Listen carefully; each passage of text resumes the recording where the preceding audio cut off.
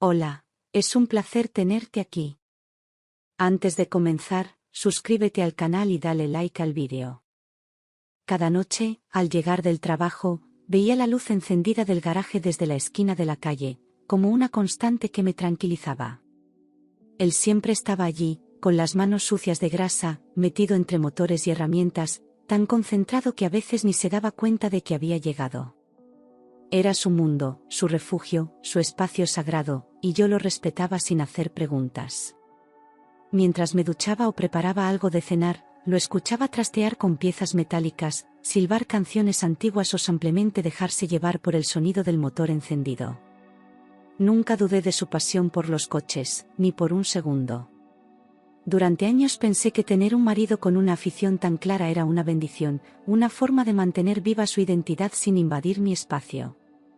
Nunca le espié, nunca revisé su móvil ni le hice preguntas incómodas, porque en mi cabeza no existía la posibilidad de una traición. La confianza era tan sólida que hasta presumía de ella con mis amigas, como si fuese una especie de escudo frente a los problemas típicos de pareja. Pensaba que el amor verdadero no necesitaba vigilancia, solo respeto y libertad. Y me sentía afortunada por tener esa clase de relación tan madura. Aquel jueves parecía uno más, hasta que mi jefe canceló una reunión a última hora y me dejó salir antes de lo habitual. En lugar de volver directo a casa, pasé por una pastelería para comprar su dulce favorito, convencida de que sería bonito tener un momento juntos. Era raro coincidir en las tardes y esa coincidencia me pareció un regalo inesperado. Pensé incluso en preparar café y sentarnos en el porche, como hacíamos al principio. No sabía que estaba a minutos de descubrir que todo aquello era una ilusión. Conduje hacia casa con una sonrisa tonta en la cara, disfrutando del aire que entraba por la ventanilla abierta, imaginando su reacción al verme aparecer sin avisar. Iba repasando en mi cabeza las palabras exactas que le diría, la manera en que le propondría un paseo espontáneo, como en los viejos tiempos. Era absurdo lo feliz que me hacía la idea de un pequeño gesto compartido. Me sentía ligera, ilusionada, con el corazón tranquilo y lleno de cariño. Nunca imaginé que esa alegría se transformaría tan rápido en algo helado y punzante. Al girar la esquina y ver nuestra casa, lo primero que noté fue la puerta del garaje entreabierta, como si alguien la hubiese olvidado mal cerrada. No era normal, él era maniático con ese tipo de cosas, obsesivo con la seguridad y con el orden. Bajé del coche con una ligera incomodidad, sin saber muy bien por qué, como si algo invisible me estuviese advirtiendo que no entrara. Me acerqué despacio, sujetando aún la caja de pasteles, con los latidos acelerándose poco a poco. Algo no encajaba, y mi cuerpo ya lo sabía antes que mi mente. Justo cuando estaba a punto de empujar la puerta, escuché unas voces dentro, entrecortadas, íntimas, demasiado cercanas para ser una llamada o una canción de fondo. Me detuve en seco, con el corazón subiéndome al pecho, intentando descifrar si hablaba solo o si había alguien más con él. No eran risas estruendosas, sino murmullos bajos, casi susurros, cargados de complicidad. Inmediatamente sentí un nudo en el estómago, como si algo muy antiguo y oscuro se hubiese activado dentro de mí. Me incliné con cuidado, pegando el oído al marco, sin saber si estaba preparada para lo que iba a oír. Durante unos segundos intenté convencerme de que quizás estaba hablando por teléfono con alguien, o tal vez tenía la radio encendida, como hacía a veces para no sentirse solo. Pero cuanto más escuchaba, más claro quedaba que no era ninguna de esas opciones. Las voces se entrelazaban, a ratos más rápidas, a ratos más suaves, con una cercanía que no se puede simular con una pantalla o una canción. Me quedé paralizada, con la caja de pasteles temblando en mis manos, sin saber si abrir la puerta o darme la vuelta y fingir que no había escuchado nada. Algo me decía que si entraba, ya no habría marcha atrás. Entonces la escuché con claridad, como si de repente alguien hubiese subido el volumen de mi propia pesadilla, una voz de mujer, cálida, burlona, que me resultó absurdamente familiar. No era una vecina, ni una amiga, ni una compañera de trabajo, era alguien demasiado cercano. Cerré los ojos unos segundos, negando con la cabeza, buscando cualquier explicación lógica que no doliera tanto. Pero las palabras que dijo, la forma en que se reía, eran inconfundibles. Sentí un escalofrío recorriéndome la espalda cuando comprendí quién era. Era la voz de mi cuñada, la prometida de mi hermano, la mujer con la que había compartido cenas familiares, secretos de hermanas y confidencias de madrugada. Me costó unos segundos encajar todas las piezas, porque simplemente no podía ser real. Ella no tenía nada que hacer allí, no a esa hora, no a solas con mi marido, no en ese tono. La traición me golpeó en dos direcciones al mismo tiempo, como si mi cuerpo no supiera por dónde empezar a dolerse. Me apoyé en la pared del garaje, sintiendo que el aire se hacía más pesado con cada palabra que salía de su boca. Lo peor de todo era que mi hermano y ella estaban a punto de casarse, ya teníamos fecha, lugar, invitaciones, todo preparado. Yo misma le había ayudado con los detalles del vestido, habíamos elegido juntas los centros de mesa y llorado al ver la lista de canciones. Pensar en eso ahora me provocaba una náusea repentina, como si todo lo que habíamos compartido hubiese sido una farsa. ¿Desde cuándo pasaba esto? ¿Cómo podía mirar a mi hermano a los ojos después de saberlo? Sentí que algo dentro de mí se rompía, lento y sin ruido. Me quedé allí, en silencio, sin moverme, tratando de encontrar una explicación que no doliera tanto, algo que lo justificara, aunque fuera una mentira piadosa. Pensé que tal vez era una confusión, que quizás estaban hablando de otra persona, de otro tema, cualquier cosa menos lo que parecía. Pero por más que intentaba maquillar lo evidente, los detalles encajaban de una forma cruel y precisa. Cada palabra, cada risa, cada pausa cargada de intención confirmaban lo que no quería aceptar. En ese instante supe que mi vida acababa de cambiar para siempre. Me agaché lentamente, con las piernas temblándome sin control, buscando un ángulo desde donde pudiera ver sin ser vista, aunque una parte de mí no quería ver nada.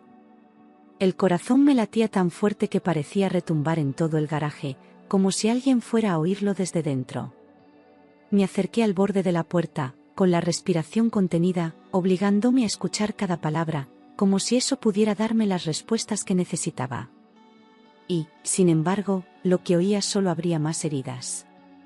Las risas, los susurros, la complicidad, todo era una confirmación despiadada. De pronto, entre frases entrecortadas, escuché algo que me heló la sangre. Estaban hablando de mí, riéndose de mí, como si fuera una broma. Ella le decía que no tenía ni idea, que yo era demasiado buena, demasiado confiada, y él se reía como si llevaran años representando una comedia perfecta. Me apreté el pecho con la mano, sintiendo que el dolor se hacía físico, punzante, insoportable. Saber que me engañaban ya era terrible, pero escucharles burlarse de mi ingenuidad era otro nivel de crueldad.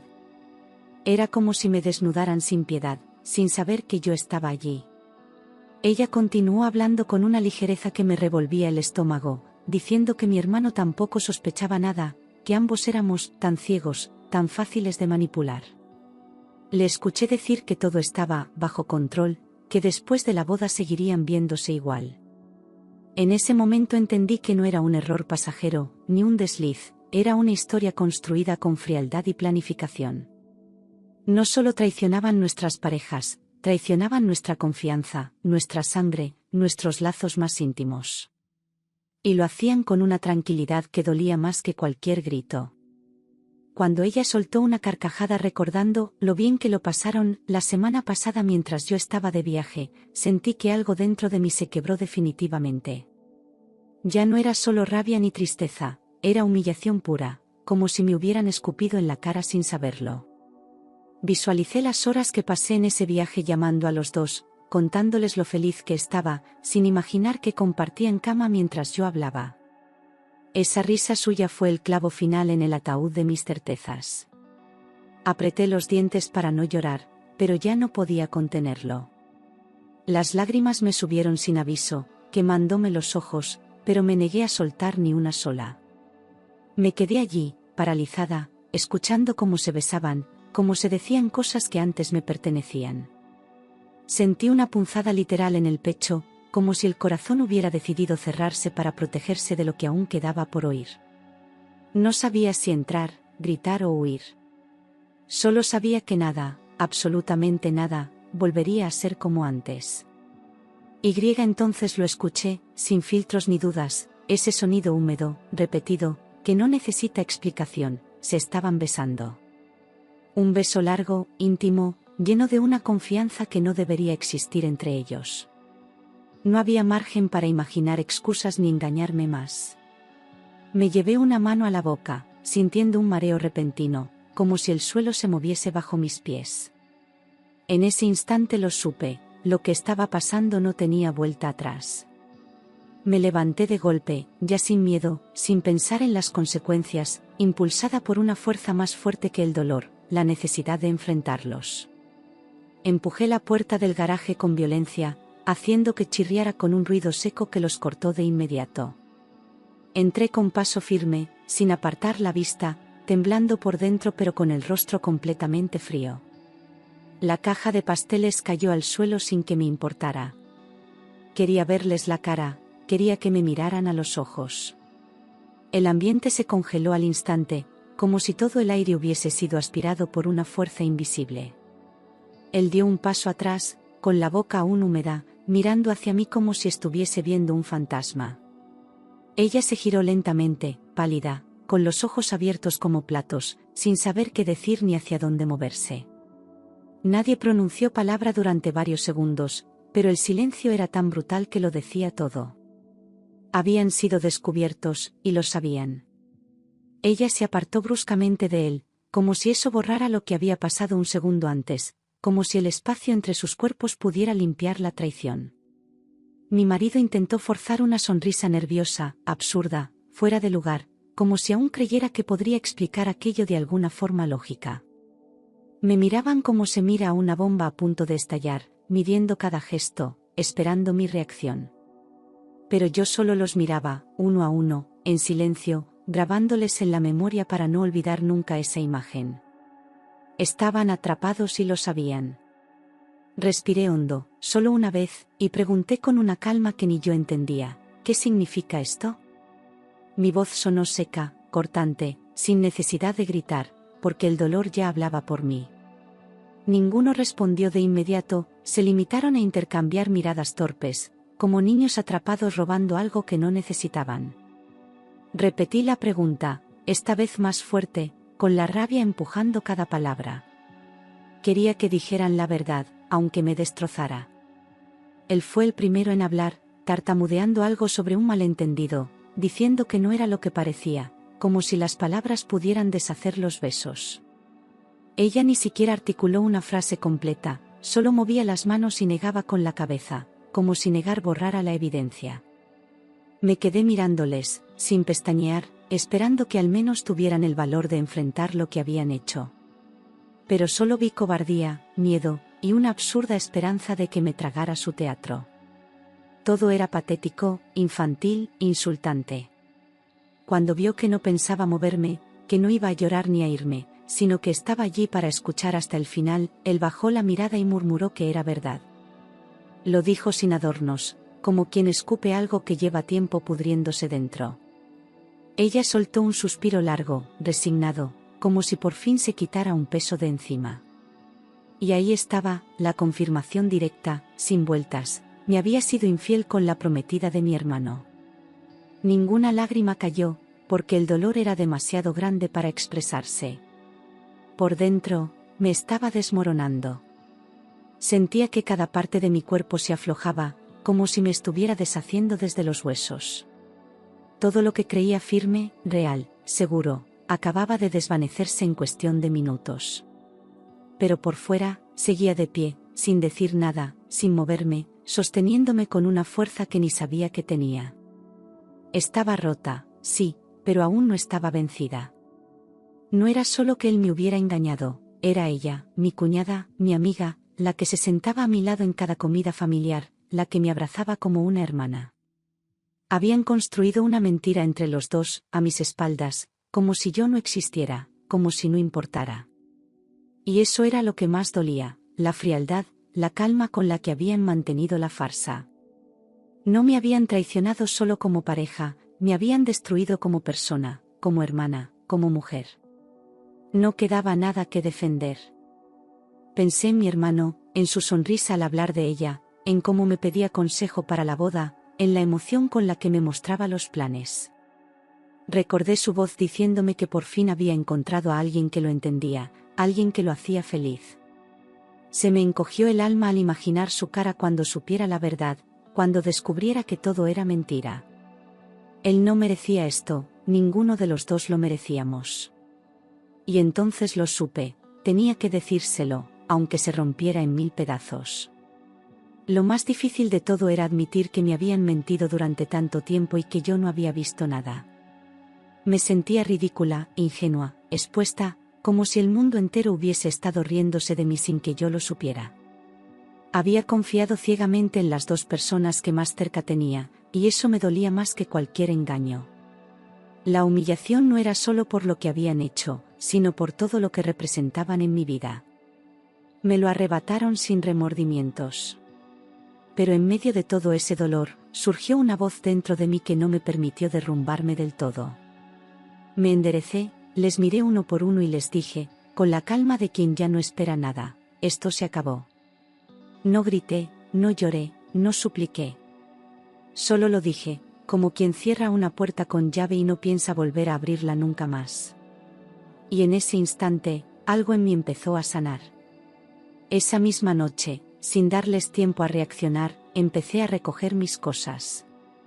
No necesitaba pensar ni pedir consejo, lo tenía más claro que nunca: quería el divorcio. No iba a compartir un techo con alguien capaz de mentirme en la cara mientras dormía a mi lado. No le di opción a explicaciones ni a disculpas. El daño estaba hecho y la dignidad no se negocia. Cuando llegué al apartamento de una amiga que me acogió esa noche, cogí el móvil y marqué su número. Me temblaban las manos, pero sabía que no podía ocultárselo, que merecía saber la verdad antes de que fuera demasiado tarde. Contestó con su tono alegre de siempre, sin imaginar lo que iba a escuchar. Respiré hondo antes de hablar, sintiendo que mi voz iba a quebrarse en cualquier momento. Pero no me detuve, porque lo correcto duele, pero se hace. Contarle todo fue una de las cosas más difíciles que he hecho en mi vida. Escuchar cómo su respiración cambiaba, cómo pasaba del desconcierto al silencio absoluto, fue como revivir la escena una vez más. No quería romperle el corazón, pero la verdad era más importante que protegerle de la herida. Mientras hablaba, las lágrimas caían por mi cara sin parar, pero no me permití sollozar.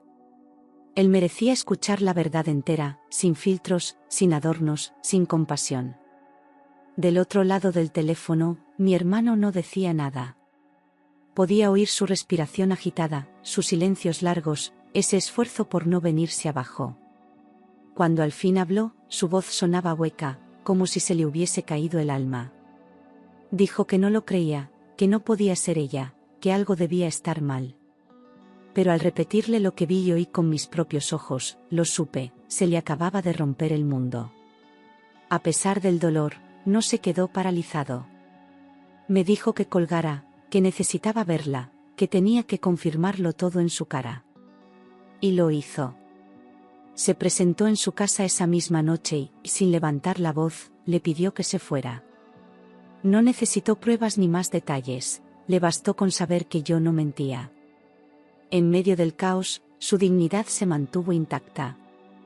Ella intentó justificarse, lloró, le pidió perdón, dijo que había sido un error, que no significaba nada. Pero mi hermano la miró como si ya no la conociera, como si hubiese muerto para él en ese mismo instante. Rompió el compromiso, canceló todo, sin darle oportunidad de manipular ni maquillar la situación. La boda quedó anulada en menos de 24 horas. Lo que parecía un futuro prometedor se borró sin marcha atrás. Yo también recogí mis cosas en silencio. Llené 2 maletas, tomé algunos libros, algo de ropa y el resto lo dejé atrás sin remordimientos. No quería nada que hubiera compartido con él, ni los recuerdos, ni los muebles, ni las promesas falsas. Caminé por ese pasillo por última vez, sin mirar atrás, con la cara seca y el corazón en carne viva. Salí de esa casa como quien escapa de un incendio. Aunque por dentro estaba hecha polvo, no derramé una lágrima delante de ellos. Me negaba a regalarles mi dolor, a mostrar debilidad frente a quienes lo habían provocado. La rabia me mantenía erguida, la dignidad me empujaba hacia la puerta. No dije adiós, no deseé suerte, no hubo escena dramática. Solo silencio, y la firme convicción de que nunca volverían a tocarme el alma. Él se quedó en la casa, como si nada, como si fuera el dueño de los restos. No hizo el menor intento por detenerme ni por disculparse de verdad, solo me dejó ir, como quien pierde algo reemplazable. Y ella se mudó con él a las pocas semanas, como si el garaje hubiera sido su puerta de entrada a una nueva vida. A veces me preguntaba si les pesaba la culpa, pero la verdad es que ya no importaba. Yo estaba fuera de ese círculo podrido, y eso era todo lo que necesitaba. Verlos juntos al principio era como una broma mal contada, algo que no encajaba, que ofendía a la lógica y al corazón. Paseaban por el barrio sin pudor, como si hubieran ganado algo en vez de haberlo destruido todo. La gente murmuraba, algunos me miraban con lástima, otros con rabia contenida. Yo bajaba la cabeza y seguía caminando, fingiendo que no me afectaba.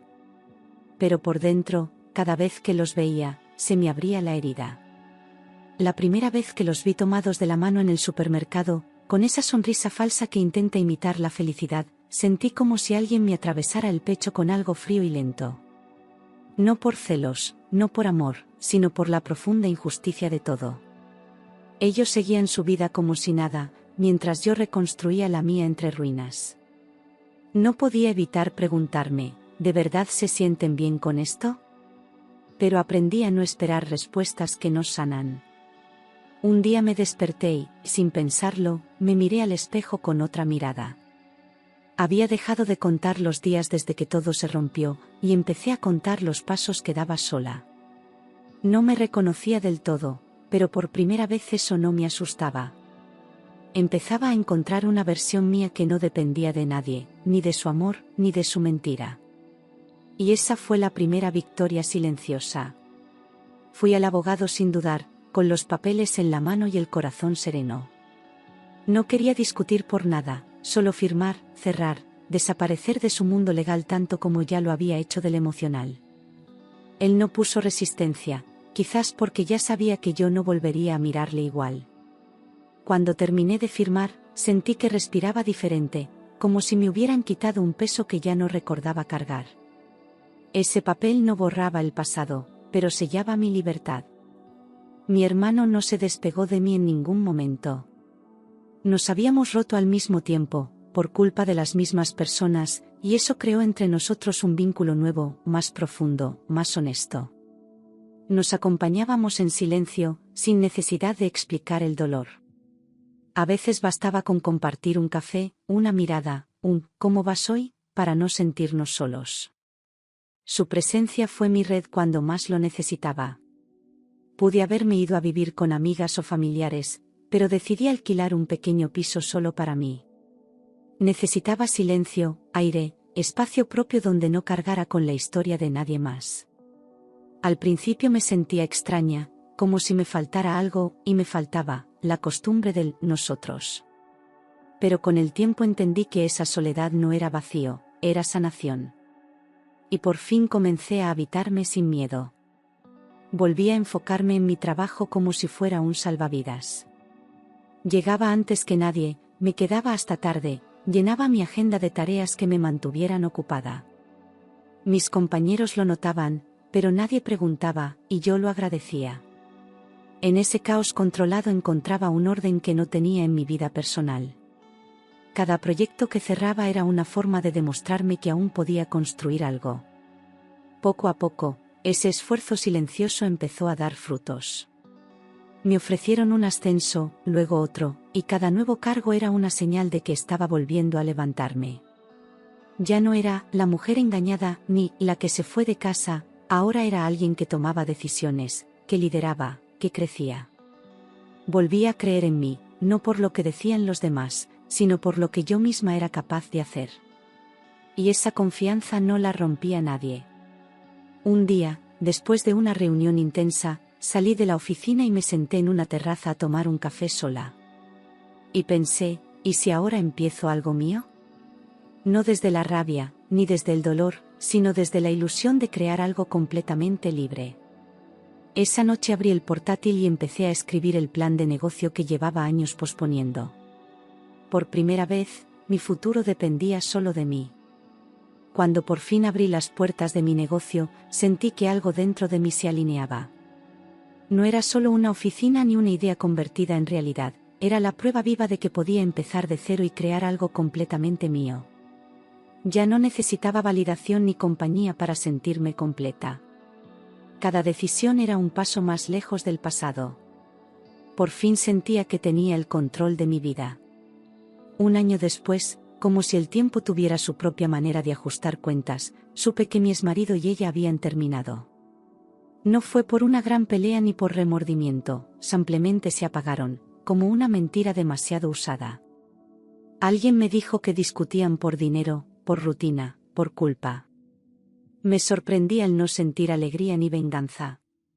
Solo indiferencia, como si ya no fueran parte de mi historia. Ella lo dejó de la forma más cruel, desapareció una mañana y se fue con un empresario que le doblaba en edad, pero también en poder y recursos. No dejó carta ni aviso, solo un silencio que pesaba más que cualquier explicación. Él intentó buscarla, pero todos sabían que no volvería. Lo que construyeron sobre la traición se desmoronó sin resistencia. Y por primera vez, él se encontró solo, de verdad. Lo que más me impactó fue la ironía de todo, él lo había arriesgado todo por alguien que lo dejó sin mirar atrás. Cambió un matrimonio estable por una aventura vacía, una vida entera por una ilusión que se evaporó. Y mientras él recogía los pedazos, yo levantaba los míos para construir algo nuevo. La vida, al final, no necesita vengarse. Solo hay que esperar. Durante un tiempo pensé que ese momento me traería satisfacción, que verlo solo, abandonado, sería una especie de justicia. Pero no fue así. No sentí odio ni placer, solo una distancia absoluta. El rencor que había arrastrado durante meses se disolvió como una nube ligera. No por él, sino por mí. Porque entendí que seguir cargándolo solo me ataba a una historia que ya no me pertenecía. Empezaron a llegar de forma intermitente, primero como simples frases sueltas: ¿podemos hablar? Sigo pensando en ti. Luego fueron más largos, más desesperados, con disculpas, recuerdos, promesas vacías.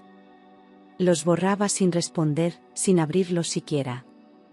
No necesitaba leer nada para saber lo que contenían: culpa tardía y un intento inútil por regresar a algo que él mismo destruyó. Ya era demasiado tarde.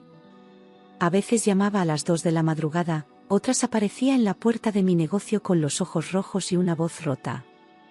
Me hablaba de recuerdos, de errores, de lo que pudo haber sido. Pero nunca hablaba de lo que realmente importaba: el daño. Le pedí, con calma pero con firmeza, que no volviera. No quería volver a mirar atrás ni por compasión ni por lástima. Cuando por fin le contesté una llamada, lo hice sin rabia, sin emoción, sin ni una grieta en la voz. Le dije que no quedaba nada, que no sentía nada, y que era mejor que aceptara esa verdad en lugar de seguir revolviendo cenizas. Él guardó silencio unos segundos, como si no esperara escucharme tan clara.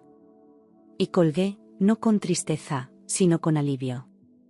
Porque entendí que al fin se había cerrado la última puerta. Había aprendido que la dignidad no se negocia, ni siquiera con quien un día amaste con todo. Volver con él habría sido volver a un lugar donde ya no existía confianza, ni respeto, ni futuro. Perdonar es una cosa, arrastrarse es otra. Y yo había llegado demasiado lejos como para retroceder. Había aprendido a elegirme, aunque eso significara quedarme sola. Mi hermano, en cambio, sí volvió a creer en el amor. Conoció a una mujer distinta, honesta, que no venía a curarle heridas, sino a caminar a su lado. Al principio desconfiaba, claro, pero con el tiempo dejó de comparar, dejó de temer. Aprendió que no todas las historias se repiten.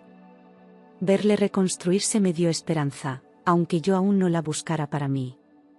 El día de la boda de mi hermano no fue solo una celebración, fue una redención para todos. Verle sonreír de nuevo, confiado, sereno, tomándole la mano a una mujer que lo miraba con respeto, fue un bálsamo. Ninguno de los dos necesitó grandes discursos, bastaba con la forma en que se miraban. Yo estuve allí, sentada en primera fila, con el corazón tranquilo.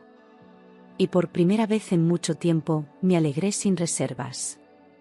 La familia respiró aliviada, como si después de una tormenta larga y destructiva, por fin saliera el sol. Mis padres recuperaron la paz, las reuniones volvieron a ser cálidas, sin silencios incómodos ni ausencias que dolieran. Todos habíamos aprendido algo, incluso desde el dolor. Había heridas que tardarían en cerrarse, pero al menos ya no sangraban. Y en ese nuevo equilibrio, volví a sentirme parte de algo. Decidí quedarme sola, sin buscar pareja, sin urgencias ni vacíos que llenar. No por miedo, sino porque por fin estaba bien conmigo misma. Me gustaba mi silencio, mi rutina, mis espacios sin interferencias. No necesitaba a nadie para validar mi vida. Había descubierto que la verdadera compañía empieza dentro de una misma.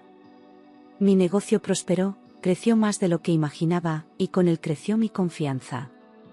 Contraté gente, abrí una segunda oficina, incluso di charlas contando mi historia como ejemplo de resiliencia. Nunca imaginé que algo tan doloroso acabaría siendo una fuente de inspiración. Convertí el fracaso en motor, la herida en impulso. Ya no sobrevivía, vivía. Ese día en el garaje me rompió en 1000 pedazos, pero también me despertó.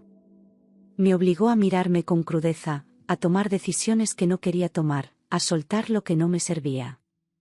Dolió más de lo que puedo poner en palabras, pero también me hizo más fuerte, más libre, más yo. Aprendí que la libertad y la dignidad valen más que cualquier promesa rota, y nunca más las pondré en manos equivocadas. Nunca volví a saber de él, y no lo necesité. Su ausencia dejó de doler cuando entendí que lo que perdí nunca fue real.